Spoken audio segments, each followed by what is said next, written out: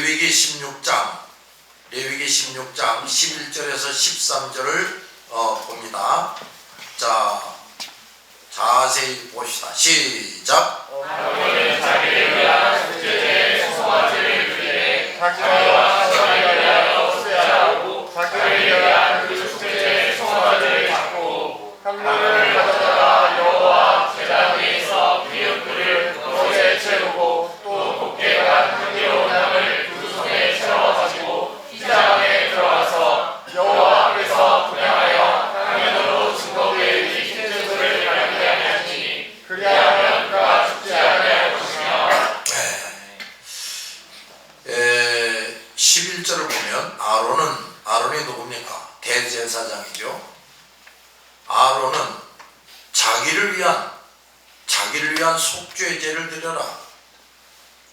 수송아지를 드리는데 자기와 집안을 위하여 속죄하고 자기를 위한 그 속죄제 수송아지를 잡으라. 12절 그 밑에 더 제대로 된 번역을 봅시다. 아론은 여호와 앞의 제단에서, 번제단이죠. 마당에 있는 번제단에서 피어있는 숯으로 가득한 향로를 들고 곱게 간 향기로운 향을 두 손에 채워가지고 휘장 안으로 들어가라. 13절 여호와 앞에서 그 향을 불 위에 놓아라. 그래서 그 향 연기가 증거계 위 속죄소를 가리게 하리니 그리하면 그가 죽지 아니할 것이다. 자, 이 그림을 봅시다. 요거를 보십시오. 자, 여기가 성소, 여기가 지성소라고 그랬어요. 멍하지 말고 잘 들으라고요. 알았죠? 네. 자, 지금 우리가 이 금등대가 뭔지, 진설병과 진설병 상이 뭔지, 금향단이 뭔지 지금 이걸 우리가 배우고 있는데, 대제사장은 1년에 한 번씩 대속죄일에 먼저 자기를 위해서 속죄제를 드리라는 거예요. 그러면서 이 지성소로 들어오라는 겁니다. 이 지성소는 대제사장만 들어가게 돼 있어요. 구약에서 여기 대제사장은 이제 오실 메시아 예수 그리스도를 의미합니다. 그런데 자, 이제 전체 사진을 또 다시 봅시다. 그림을 봅시다. 자, 우선 수송아지를 잡아서 속죄제물을 여기서 태워서 드리라. 그 다음에 향로에다가 하나님이 명하신 그 향을 피워야 되는데, 여기에서 이제 불이 떨어져서 제물이 태워지지요. 그러면 그 밑에 나무들이 또 있어요. 그 나무들이 숯이 되는 거예요. 불이 타고 있단 말이에요. 그 피어있는 숯을 아론의 향로에다가 가득 채워가지고 그 다음에 향을 두 손에 이렇게 가득 채워가지고 들어가라 그랬어요. 아마 내 생각에는 향을 두 손에 이렇게 채우면 향은 어떻게 들고 가나? 팔에 걸었겠지. 팔에 걸고 이제 들어가는 거예요. 그래가지고 아까 그 그림, 자 이제 이렇게 해서 여기를 거치고 이 불을 잘 피우고 진설병상을 놓고 포도즙을 놓고 이걸 이제 먹고 마시고 그 다음에 여기서 또 향을 피우고, 그리고 방금 내가 말한 그 향로를 가지고 여기로 들어가라 이거예요. 여기로 들어가는데 이 향이 원래는 이게 지금 지성소의 휘장이 막혀 있죠. 네. 근데 여기서도 향을 피우지만 이게 막혀 있기 때문에 이 향이 일로는 들어가지 못하지. 그래서 이제 대제사장만 이 지성소로 들어가는데, 따로 그 대제사장이 가지고 있는 향로에다가 그 번제단에서 불이 피워져 있는 숯을 담아가지고 향로는 또 두 손에 가득하게 담아가지고 여기서 불을 피우라는 거예요. 여기서 지성소 안에서 향을 피우라 이거예요. 그러면 그 향의 연기가 이렇게 여기를 감싸게 된다 이 말이에요. 그래서 이 향의 연기에 의해서 여기는 이제 어떻게 되느냐? 자, 하나님이 여기에 구름으로 임재하고 계시다. 빽빽한 구름이 여기 있어요. 이게 근데 천장이 4겹으로 되어 있는데 그 위에도 구름이 하늘 높이 이렇게 솟구쳐 있어. 근데 이게 지금 이게 창문도 없으니까 이제 여기는 항상 불기둥이 되는 거지. 구름에서 그 불이 확 비쳐서 나오는 거야. 찬란한 빛이 나오는 겁니다.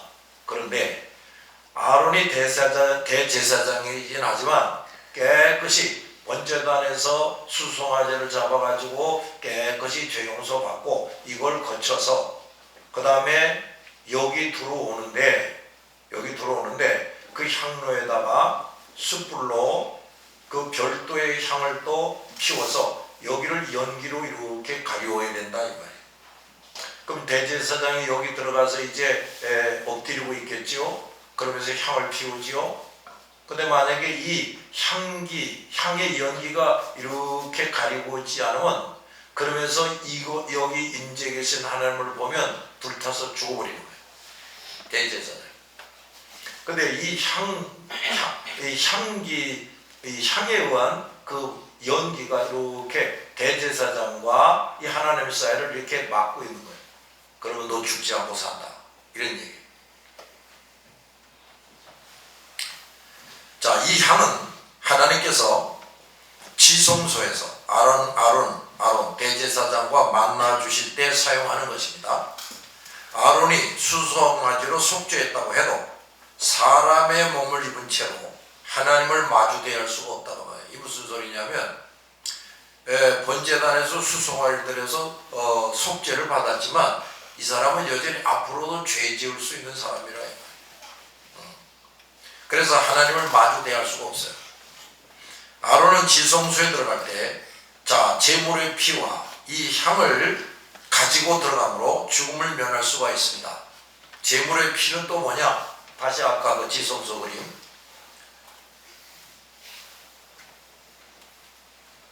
이제 번제단에서 수송아지를 잡아가지고 올려놓으니까 하늘에서 불이 내려서 확 태워버린단 말이에요.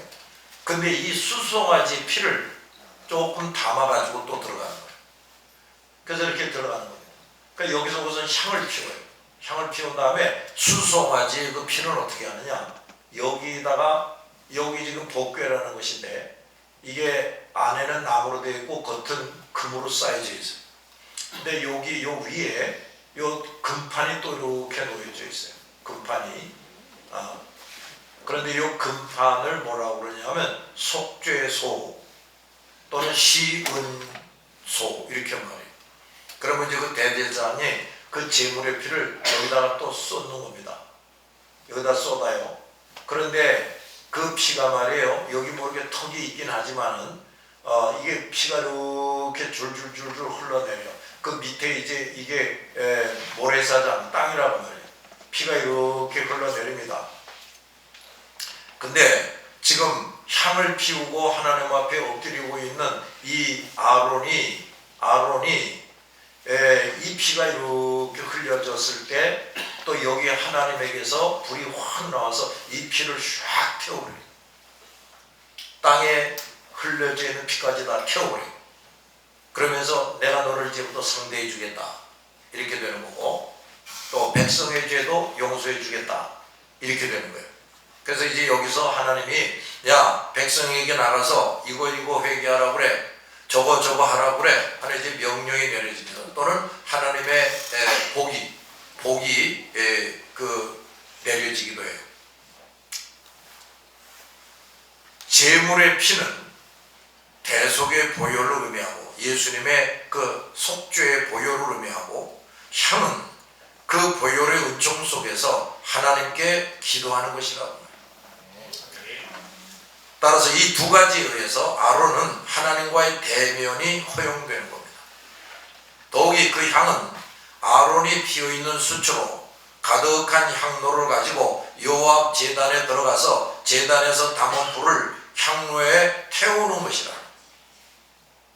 이 향을 들고 들어가는 이 아론은 하나님 앞에서 자비와 긍휼을 바라고 복종할 것을 나타내고 있는 겁니다. 더구나 그의 손에는 하나님께서 기쁘게 받으실 향이 가득히 담겨 있고 그것은 제단 뿔에 의해서 향기롭게 피워지는 겁니다. 자기를 불쌍히 여겨주시기를 간절히 기도하며 나아가는데 그 기도는 하나님의 사랑과 나의 하나님 사랑이 바탕이 된다. 그게 바로 유향에 섞은 향이란 말이에요. 그 다음 예수 그리스도를 믿는 기본적인 신앙이 있어야 하고 말씀대로 순종하는 게 있어야 하고 하나님의 뜻대로 기도하는 것, 이것이 조화를 잘 이루어야 한다.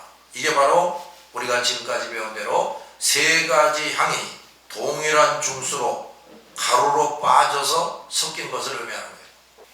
그 다음에 예수 그리스도의 대속의 은총이 충만하여서 하는 기도, 이게 바로 제단의 불로 향을 태우는 것이다. 여러분 지금 내가 이렇게 설명해도 잘 이해하기가 어려울 거니까 이거는 이제 그 성막 그 책을 가지고 자꾸 복습을 하고 복습을 해야 돼. 성경처럼. 자, 이런 향의 연기가 증거의 위, 속죄소를 가리우는 겁니다. 자, 증거궤는 복궤라는 거야. 아까 그 금으로 된 괴짝이 있죠? 네. 그 다음에 그 위에 금판대기가 놓여져 있는데 이게 속죄소라고 말이야. 이걸 이 향기의 연기가 이렇게 아론과 하나님 사이에서 이렇게 가리우는 거예요. 즉 하나님의 얼굴의 영광과 거룩함이 인간의 육체를 소멸, 불태워서 죽여버리지 않도록 해주는 겁니다. 이게 뭐야? 자, 아론이 하나님을 대면하고도 죽음을 면할 수 있는 게 뭐냐? 첫째, 속죄의 제물 덕분이라. 속죄의 피 덕분이에요. 그 다음에 유향에 섞이고 소금으로 성결케 된 세 가지 향이 섞여진 향, 이거에 의해서 됩니다. 그 다음 제단의 불, 이거에 의해서 죽지 않고 산다. 다시 설명하면 예수 그리스도의 성육신, 인간의 몸을 입고 이 땅에 오신다. 그리고 육체적으로 죽음을 죽으신다. 그 다음 대속의 보혈을 흘려주신다. 우리의 죄 때문에 우리 죄값을 치르느라고 피 흘리고 죽어주신다. 그 다음 이렇게 예수 그리스도의 성육신과 십자가의 죽음, 그 다음에 그 보혈의 그 은총, 이걸 믿고 하나님의 명령에 순종하고 하나님의 뜻대로 기도하고 그 모든 것을 사랑 안에서 하고, 이 사랑 안에서 한다는 건 우선 하나님을 사랑하고 성도들을 비롯하여 사람들을 사랑하는 겁니다. 그리고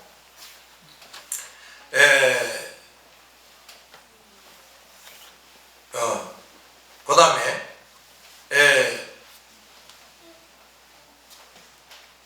항상 회개하며 거룩해지는 것이에요.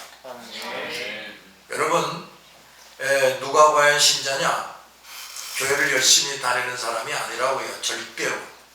점점 거룩해진 사람이어야 돼. 그래서 반드시 하나님이 너는 이제 의인이다 하고 인정하시는 사람이 돼야 돼요.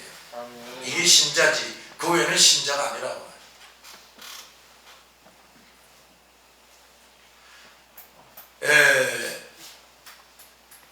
그 모든 것을 사랑으로 하고, 하나님부터 사랑하고 교회부터 사랑하고 이웃도 사랑하고, 그리고 항상 회개하고 거룩해져 가야 된다. 그 다음 언제나 대속의 은총을 믿고, 자, 뭐를 믿어요? 대속의 은총을 믿고 깊이 그것을 인식하며 하나님께 나가야 된다. 자, 지금 여기 자세히 설명은 안 나왔는데 우리가 성경을 자세히 보고 배우면서 대속의 은총이 뭔가, 그래서 단지 예수님이 내 죄를 대신 지고 죽으시고 부활하신 거, 그 은혜를 말하는 거 그뿐이 아니라 그 말이에요. 과연 그 은총은 누가 누리느냐? 이 우주 만물을 하나님이 만드시기도 전에 하나님께 다 같이 선택받은 사람, 선택이 돼야 돼. 선택. 그 다음 이 사람이 예수를 믿기 전에 그 영혼이 재창조돼야 돼. 성령에 의해서 영혼이 거듭난다 그래. 이렇게 영혼이 재창조돼야지. 영혼이 재창조되지 않는 사람은 아무리 돌을 닦아도 복음을 들어서 믿을 수가 없어. 안 믿어지는 겁니다. 그 영혼이 우선 재창조된 다음에 복음을 듣는 거예요. 그런데 그 복음을 듣기 훨씬 전에 하나님이 또 무슨 일을 하셨는지를 깨달아야 돼요. 자, 나와 다른 성도들의 모든 죄를 깨끗이 용서받게 하려고 하나님이 그 아들 예수를 인간의 몸을 입혀서 이 땅에 보내셨다. 죄 없는 인간이어야 되기 때문에 동정녀 탄생해야겠다. 목적이 뭐냐? 우리 모든 죄를 용서받고 구원받을 사람들의 죄를 그 예수에게 뒤집어 씌워서 그가 대신 피 흘리고 죽게 하기 위해서다 이 말이에요. 이런 일을 먼저 또 하나님이 하시는 겁니다. 그 다음 내가 그 예수 복음을 정확하게 받아들이고 믿는 겁니다. 의심하지 않고 믿는 거예요. 그러니까 거듭나지 않은 사람은 그게 안 돼요. 그 다음 그렇게 예수를 확실하게 영접했더니 그 보혈의 은총이 나에게 적용이 돼서 내 모든 죄가 깨끗이 용서되는 겁니다. 그래서 너는 이제부터 죄인이 아니라 뭐다? 의인. 거기서 말하는 의인은 우리가 지금 말하는 의인하고는 개념이 다른 겁니다. 하나님의 법정에서 너는 이제 죄인이 아니라 마귀의 자식이 아니라 나의 사람이다 하고 인쳐주는 거예요. 그 다음 그 즉시 성령 하나님이 내 안에 들어오십니다. 성령 하나님이 내 안에 들어와요. 이걸 성령 세례라고 그러는데 성령이 들어와서 뭐 하느냐? 천하의 불안당 같은 놈, 책은 죽어도 보기 싫어하던 놈도 성경을 읽게 만들어요. 듣게 만듭니다. 그 다음에 그걸 깨닫게 합니다. 그래서 깨닫고 깨달으면서 무슨 일이 생겨나느냐? 하나님이 누구이신지를 점점 더 알게 돼서 믿음이 자라게 돼요. 동시에 내가 얼마나 더럽고 추악한 인간인가 이걸 깨달아서 회개하게 됩니다. 이렇게 되면서 점점 성결해져 가는 거예요. 거룩해져 가는 겁니다. 이게 성도예요. 알았어요? 그 다음 나 같은 녀석에게도 이거 무지무능하고 이거 뭐 공부도 할 줄 모르고 아무 재능도 없고 누구도 알아주지 않는데 그런데 나 같은 사람에게도 그 지존하신 하나님이 뭐 대통령이 아니야 부총장이 아니야 그 지존하신 하나님이 나에게도 사명을 주셨다. 일거리를 주셨다. 그리고 그걸 또 감당하도록 도우신다. 이 은총을 깨닫는 거예요. 그 다음 내가 이제 예수 이름으로 기도한다. 그 앞에 것들이 다 이제 제대로 돼가지고 예수 이름으로 기도한다 할 때 이 사람이 어떻게 되느냐? 예수의 그 중보기도, 예수의 중보기도라는 게 있어요. 그게 뭐냐면, 자, 우리는 예수를 믿어도 부패 타락한 면들이 있어요. 어리석고 둔해요. 그 하나님 완전하시고 거룩하시지요? 그런데 예수님이 누구야? 예수님도 하나님이시라고 말이야. 근데 그 예수님이 우리가 뭘 기도하잖아요. 기도하는데 예수님이 우리 기도를 올바르게 만들어서 하나님께 기도해 주는 거야. 예수님이 기도해 주는데 어찌 안 이루어질까? 이게 중보기도라는 거예요. 중보기도. 이런 중보기도는 예수만이에요. 우리가 누구를 위해서 기도할 때 자꾸 어떤 사람이 중보기도 그러는데 그건 뭘 모르는 사람이지. 그래서 나도 예수 이름으로 기도하면 절대로 한마디도 헛되지 않게 해주시는구나. 이걸 딱 믿는 거예요. 그 다음 마귀의 귀신이 나를 유혹해서 옛날 아담과 하와처럼 죄짓게 하고 에덴 동산에서 쫓겨나게 하고 온갖 불행당하게 하는 것처럼 마귀 귀신이 나를 유혹하고 범죄하게 하지만 하나님이 내버려 두지 않고 나를 지켜 보호하신다. 이걸 확실히 깨닫는 거예요. 이게 대속의 은총이라는 겁니다. 이걸 확실히 믿는 사람이에요. 그러니까 이걸 하나하나 확실히 깨닫고 믿으면 어떻게 되느냐? 지금 형편과 처지가 아무리 힘들어도 그저 감격하게 돼 있어요. 그리고 저 찬송하게 돼 있다고. 그래서 요 대속의 은총을 확실히 깨달아 아는 사람이 되면은 이 사람이 이제 의인, 옥토바 성도의 문턱에 들어선 겁니다. 문턱에 들어서면. 그러니까 이 대속의 은총이 뭔지를 제대로 모르면 이 사람은 아직 옥토바 성도가 아니야. 의인의 반열에 발도 못 들여놓은 사람이라. 그 다음 여기서 우리가 주목할 것은 하나님과의 관계가 회복된다. 우리가 예수님이 확실히 믿기 전에 하나님과 우리가 원수지간에 단절이 됐어. 근데 이게 다시 회복이 된다. 하나님과의 연합, 그 다음에 영생, 구원, 이건 예수 그리스도의 성육신과 십자가의 조심, 그리고 대속의 보혈을 알고 믿는 것만으로 되는 게 아니라 하나님의 명령에 순종하고 하나님의 뜻대로 기도하고 모든 것을 사랑 안에서 하고 하나님부터 사랑하고 성도들부터 사랑할 줄 알고 항상 회개하여 거룩해져야 하고 그 다음 언제나 대속의 은총을 믿고 깊이 인식하며 하나님 앞에 나아가는 것, 이게 함께 잘 돼야 된다. 그래서 마음속으로 예수를 믿기만 하면 하나님의 자녀가 아니에요. 이 사람이 하나님을 아버지라고 부를 자격이 없어 사실. 그래서 순종하는 생활, 또 하나님을 무엇보다 더 사랑하는 것, 그 사랑으로 성도들부터 사랑하고 이웃을 사랑하는 것, 그래 전도한다고. 이웃을 사랑할 줄 모르는 사람이 무슨 전도를 하겠어요? 그리고 계속적인 회개 생활, 또 항상 대속의 은총을 뼈저리게 인식하며 사는 것, 이게 잘 병행되고 조화를 이루어야만 한다 이 말이에요. 그런 사람의 기도, 감사, 찬송, 예배만을 받으신다 이 말이에요. 지금 그걸 성막에서 가르쳐줘요. 모든 교회와 성도 개개인은 이런 교회가 되기 위해서 예수를 만난 후부터 세상을 떠나는 날까지 잠시도 쉬지 말고 이 일을 위해서 전력을 다해야 됩니다. 먹고 사는 것, 외형적으로 뭐 교회를 크게 만드는 것, 뭐 유명한 목사가 되고 그래서 자랑하고 인정받고 칭찬받으려는 것 때문에 이런 것이 약화되거나 잊혀지거나 멀어지지 않도록 조심해야 된다고 말이에요. 자, 요한복음 1장 12절을 봅시다.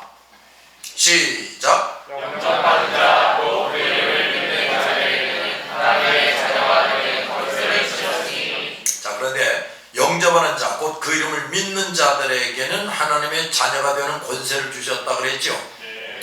요것만 보면 안 된다. 자, 로마서 10장 9절 봅시다.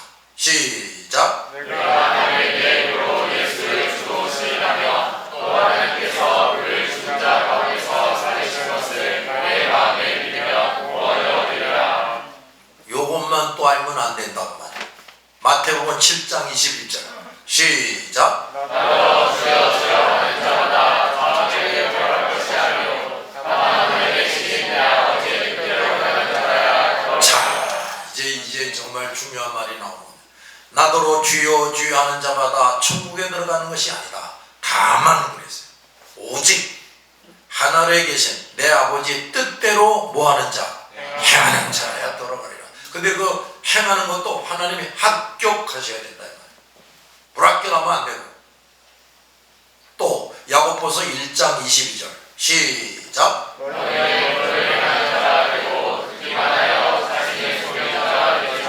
이걸 더 잘 번역하면 너희는 도를 행하는 자가 되라. 앉아서 듣기만 한다면 그리고 행하지 않으면 그것은 자신을 속이는 것이다. 이런 교인들이 오늘날 교회 안에 절대 다수라고 해요. 듣기만 해요. 듣기만 해. 그리고 행하진 않아. 근데 여기서 뭐라고 그랬어요? 그런 사람들은 자기를 속이는 자라고 그랬어요. 자기를 날마다 속이는 거예요. 또 야고보서 4장 17절 시작. 자, 더 중요한 말이에요. 말씀을 들어서 알았다고 말이에요. 그런데 그것을 행하지 않으면 뭐라고? 죄라고 해요. 죄. 그러니까 끊임없이 죄 짓고 사는 거야. 근데 알고 짓는 죄와 알지 못하고 짓는 죄에 대한 설명이 또 성경에 나오죠. 어느 죄가 더 크다고 그럽니까? 알고도 짓는 죄가 더 크다 이 말이야. 그러니까 이 교회에 꾸준히 나와서 예배에 참석하면서 설교를 자꾸 들어요. 뭘 안다고 그래도. 근데 그걸 묵살하고 안 지키게 되면 어떻게 되느냐? 교회 한 번도 발도 안 내려놓은 저 바깥에 있는 사람들보다 더 큰 죄를 짓고 사는 거예요. 중죄인이 어디 있느냐? 교회 안에 있어요. 교회 안에. 또 야고보서 2장 26절 시작.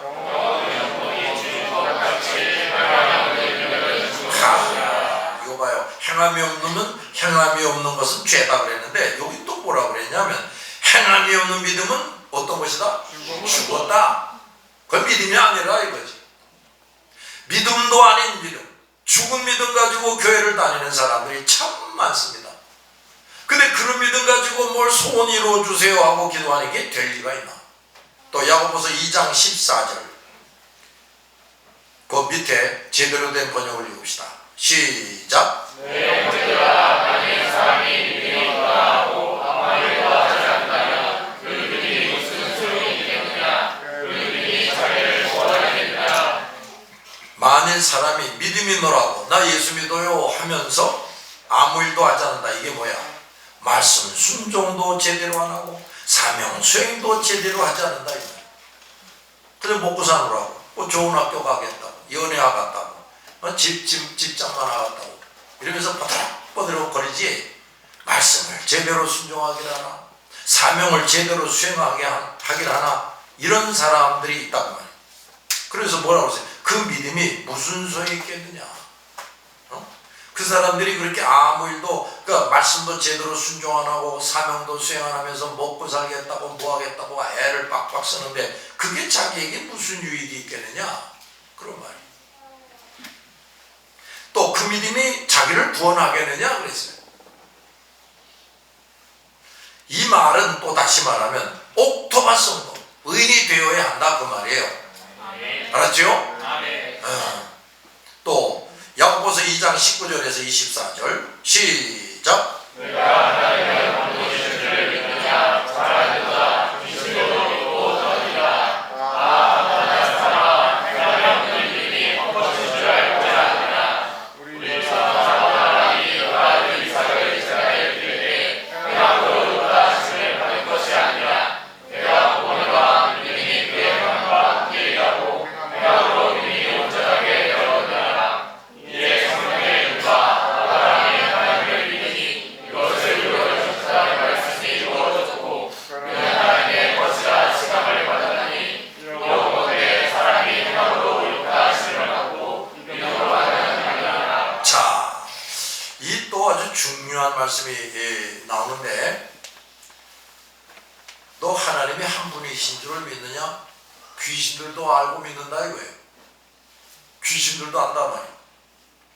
그리고 그 밑에 더 제대로 된 번역의 20절을 봅시다. 어리석은 자들아 행함이 따르지 않는 믿음은 아무 뭣도 없다? 쓸모가 없다. 이건 참 제가 이렇게 설명하면 참 어떤 사람들이 심히 괴로울 텐데 행함이 없는 믿음을 가지고 그러니까 말씀 지키고 사명 수행하는 일은 없이 예배만 참석하면 어떻게 되느냐? 그 사람의 그 믿음과 그 종교 생활이 아무 쓸모가 없다. 하나님께도 쓸모없고 자신에게도 쓸모없다 이런 얘기. 쓸모가 없다 그랬어요.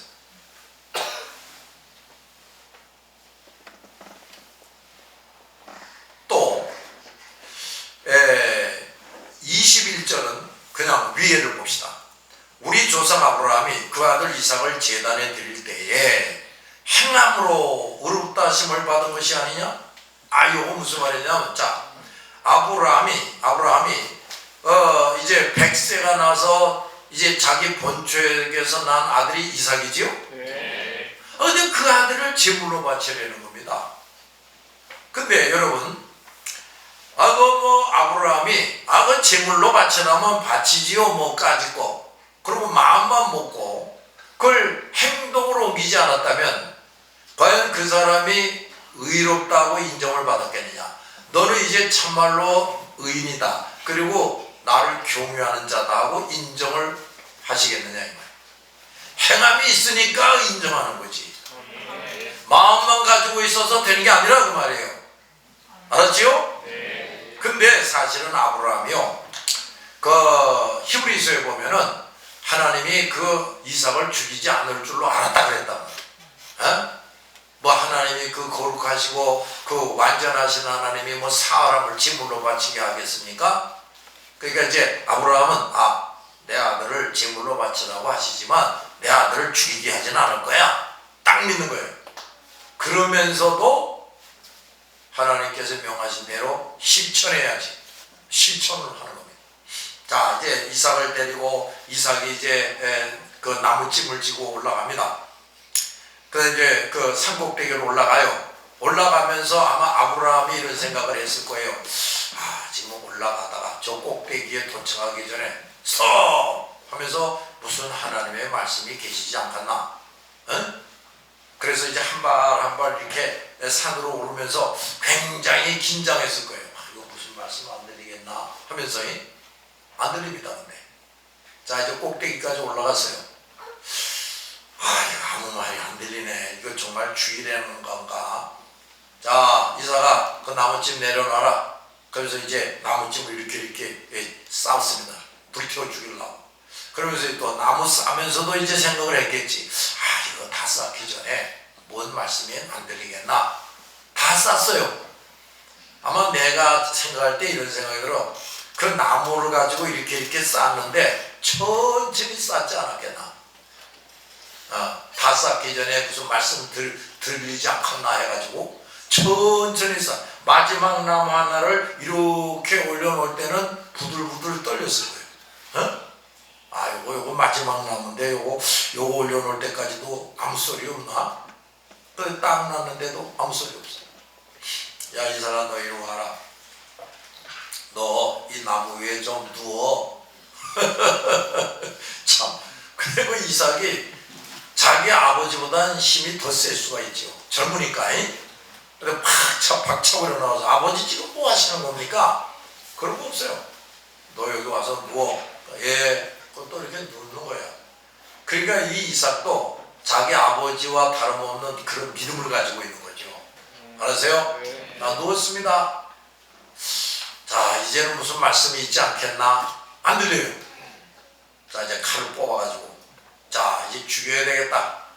할 수 없이 이 아들놈을 제물로 드려야 되겠다. 칼 뽑아서 이렇게 지켜둡니다. 아마 천천히 올렸을 거야. 내 생각에 천천히 올리면서 부들부들 떨었을 거예요. 이거 무슨 말씀 안 들리겠나? 안 들립니다. 그 다음에 이제 내리 찍자. 확 내리 찍으려고 그랬더니 그때서야 스탑 하는 거야. 하나님이 내 아들을 죽이지 말라. 또 여기서 또 염소가 헤헤헤헤 하고 웁니다. 야, 저 염소 있는 거 맞지? 그걸로 제물로 드려. 이렇게 된 거예요. 아시겠어요? 그러니까 아브라함은요, 행함으로 하나님께 순종을 했는데 하나님의 음성이 들릴 때까지 순종하는 거예요. 그 정도로 완벽하게 행하는 겁니다. 그래서 어떻게 됐다고 그럽니까? 그래서 의롭다 하심을 받았다 이거예요. 자, 아브라함이 그런데도 행함으로 순종했는데 하나님께서 인정하실 정도로 행함으로 순종했더니 그때야 의롭다, 의인이라 하고 하나님을 경외하는 자라고 인정하셨다 이런 얘기예요. 자, 여러분도 마찬가지입니다. 이제 이렇게 신앙생활을 해가면서 하나님이 이런저런 명령을 내리십니다. 지금 아브라함의 경우는 이삭을 제물로 바치라는 게 이제 마지막 테스트였어요. 근데 여러분 각자는 뭐가 마지막 테스트가 될지 우리는 몰라. 그러나 그게 뭔지 모르니까 그 이전에도 그죠? 하나님의 명령이라 그러면 그대로 해야지요. 알았죠? 만약에 뭐 여러 가지가 있다가 지금 요게 마지막 테스트가 된다. 근데 이걸 행하지 않으면 모든 게 다 이제 끝나는 거 아닙니까? 그러니까 이걸 과연 우리가 행하려면 그 앞에 있던 것들도 앞에 주어진 명령도 행하고 이렇게 되지 않겠어요? 그래서 마지막 하나님의 명령까지 이제 행함으로 순종 딱 하면 그때 너 아무개 너 이제야 내가 인정하는 의인이다. 너는 나를 경외하는 자다. 그 다음에 어떻게 되는 줄 압니까? 순풍의 돛담배가 되고 약속하신 온갖 복이 그냥 쏟아지게 되는 거예요. 그래서 내가 요즘에 기도회 때마다 그 리브가에 대한 이야기를 하는데, 하나님이 어느 날 아브라함에게 야야 너 이제 죽을 때가 다 됐다. 네 아내 사라는 벌써 죽었지. 자, 내 아들한테 이제 그 아내감을 붙여줘야 되지 않겠냐? 너의 며느리를 골라서 붙여줘야 되지 않겠냐? 그거 어떡할까요? 야, 그 가나안에, 이 옆에 가나안에 있는 우상만 지지리도 섬기는 그런 여자 중에서 뽑지 말고 내 친족이 저기 하란에서 살고 있지. 그들도 너처럼 여호와 하나님 나를 섬기고 있지. 거기에 종을 보내서 거기서 내 며느리감을 골라오게 해라. 이렇게 됩니다. 그래서 이제 노종을 보냅니다. 늙은 종을 보내요. 그래서 늙은 종도 이제 생각을 해보는 거지요. 아이고 참 그 많고 많은 처녀 중에 그 어떻게 우리 아브라함의 며느리가 누군지 어떻게 아냐 말이야. 이거 1년이 걸릴지 2년이 걸릴지 알 수가 없어. 그래서 이 노종이 이렇게 기도를 해요. 여호와 하나님, 우리의 주인 아브라함의 하나님 여호와여, 자기는 나름대로 이렇게 생각하면서 기도해요. 제가요 어느 우물가에 앉아가지고 기다리고 있겠습니다. 근데 어떤 처녀가 나올 때 그 처녀 중에 하나를 내가 발견해가지고 그에게 접근해서 내가 그 아이에게 나 물 좀 마시게 해달라 하고 말하겠습니다. 그랬는데 그 처녀가, 그럴 때 그 처녀가 나도 물 마시게 할 뿐만 아니라 저기 낙타가 10마리가 있는데 그 낙타 10마리도 자기가 다 물을 실컷 먹이겠습니다. 그런 말을 하면 그 처녀가 우리 주인의 며느리로 알겠습니다. 이러고 기도를 하고 기다리는 거예요. 근데 이제 처녀들이 째갈거리고 물기르러 나옵니다. 근데 이제 이 노종이 이제 눈에 이렇게 앞에 뜨이는 처녀가 하나 있는 거예요. 그래가지고 그 앞으로 가서 어이 처녀, 나 지금 목마른데 나 처녀가 물 길러서 나 물 좀 마시게 해주소. 근데 그 처녀가 예 알겠습니다. 근데 그 당시 그 지역에 있는 우물이라는 거는 이렇게 우리가 같이 있는 이런 평지에 이렇게 여기서 우물 있고 그런 게 아니란 말이야. 깊이 파내려 가야 돼. 깊이 파내려 가야 되기 때문에 밑에서 물이 나오면 그 이제 여기 계단을 만들어 가지고 그 계단을 오락 내려라 가면서 그 밑에 가서 물을 길러야 되는 거예요. 근데 이 처녀가 말이지, 노종만 물 마시게 하는 게 아니라 노종이 저 낙타들도 마시게 해주게 그렇게 말한 적이 없어요. 그 처녀가 스스로 아유 저 낙타들도 좀 목이 엄청 마르나 봐요. 침을 질질 흘리고 있네요. 내가 저 낙타들도 실컷 마시게 해줄게요. 혼자서 그 물동이를 가지고 오락 내려가면서 낙타가 내가 지금 한 마리가 몇 리터를 먹는지 내가 잊어버렸는데 엄청 물 먹습니다. 한 마리가 한 번 물 먹으면 뭐 일주일 동안인가 물 안 마시고도 사막을 통과하는 게 낙타예요. 얼마나 물을 많이 먹겠어요?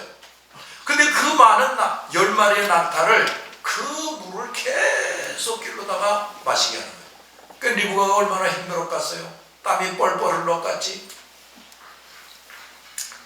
이제 그 노종이 내가 기도한 대로 하나님이 정해 주시는구나.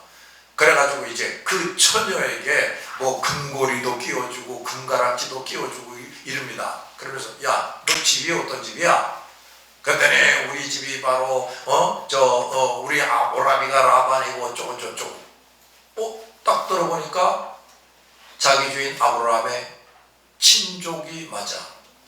이제 거길 가가지고 또 이제 얘기를 전해줍니다. 그랬더니 그 사람들이 이제 그래요? 뭐 하나님께서 하시는 일이 분명하구만. 그러니 그럼 데려가세요.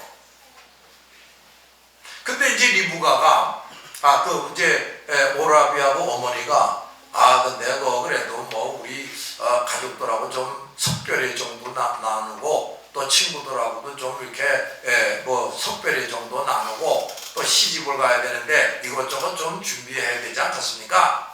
그러니까 한 열흘쯤 여기 묵었다가 데려가시오 그랬단 말이에요. 그랬는데 이 종이 그날 저녁 하룻밤을 떡 자고 일어나더니 지금 당장 리브가를 데리고 가야 되겠다는 거예요. 그러니까 이제 그 어미와 오라비가 이 사람이 이거 참 고집불통이로구만. 그러면 당사자인 리브가에게 물어봅시다. 최종 결정은 리브가에게 맡겨봅시다. 리브가를 불렀어요. 야, 이 노종이 말이야, 어제 저녁에 우리 교우 만났는데 그 하룻밤 자고는 그냥 24시간도 안 됐는데 너 아침 당장 데려가겠단다. 너 지금 갈래? 리브가 가요. 네, 지금 가겠습니다. 이러는 거예요.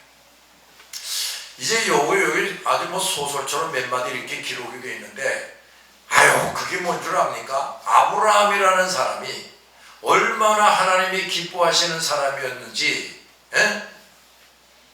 그 리브가라고 하는 그 며느리감을 나홀의 집, 자기 동생의 손녀딸로 태어나게 하는 거예요.